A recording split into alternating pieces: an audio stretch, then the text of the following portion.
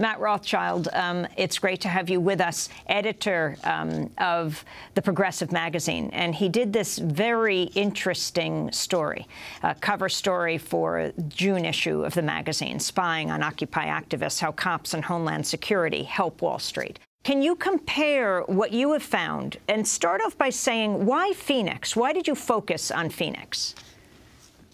Well, I focused on Phoenix because the primary researcher for this story, Bo Hodey of DBA Press and the Center for Media and Democracy, had compiled tremendous amounts of information. He had issued Freedom of Information Act requests from the Phoenix Police Department, from the Arizona Counterterrorism Information Center. And so he got literally thousands of pages of information, primarily about Phoenix and Arizona, but also some national context. But I thought by focusing on this one city, you could really tell at the most granular level how police officers and Homeland Security are really going after left-wing activists. And I thought it was important to really focus in narrowly because I think those narrow details really give a clearer picture of just how hand in glove local law enforcement is with the private sector and going after these Occupy protesters. How does this compare to the IRS monitoring Tea Party groups or, sort of specially targeting them for deciding whether they should get nonprofit status? Well, I thought it was outrageous what the IRS was doing in that Cincinnati office. But this, to me, is much worse because whereas the IRS office in Cincinnati, that may have been, a bureaucratic mistake or bungling or lack of supervision, what's going on with the Spying on Occupy activists was a systematic effort by police departments, not just in Phoenix, but around the country, with Homeland Security to track the Occupy activists and to coordinate a response even. One of the documents that Bo Hodey released from the Center for Media and Democracy and DBA Press was a report on a teleconference that 13 police departments around the country had as to how to respond to Occupy, what they called growing concerns about the burgeoning Occupy movement, and that they needed to coordinate an effective response.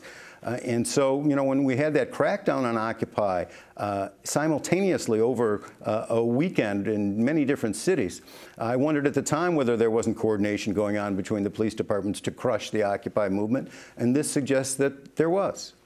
Matt Rothschild, you also speak specifically about the way in which protests against the NDAA, the National Defense Authorization Act, occurred. Could you elaborate on that and why that was a particular focus of law enforcement?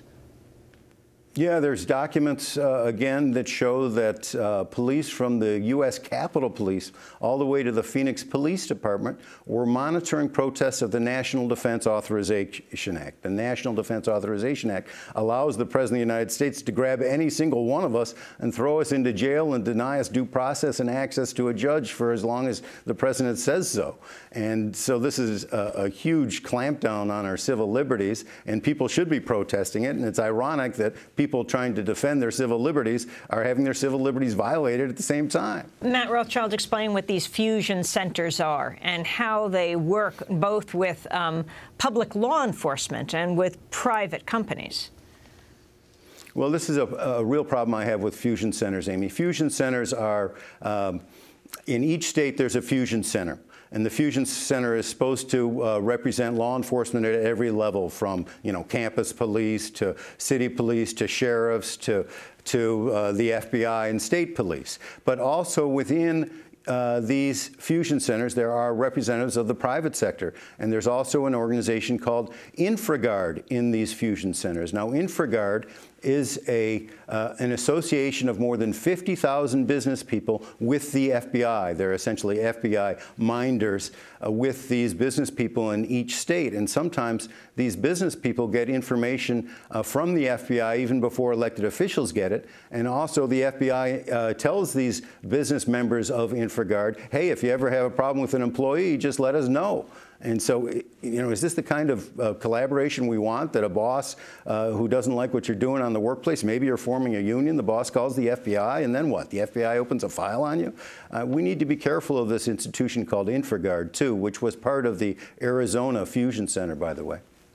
Matt, we want to thank you for being with us. Matt Rothschild, editor and publisher of the Progressive magazine, wrote the cover story for the June issue of the magazine, Spying on Occupy Activists, How Cops and Homeland Security Help Wall Street. The piece draws heavily on documents obtained by the Center for Media and Democracy and DBA Press. Matt Rothschild is also author of You Have No Rights, Stories of America in an Age of Repression.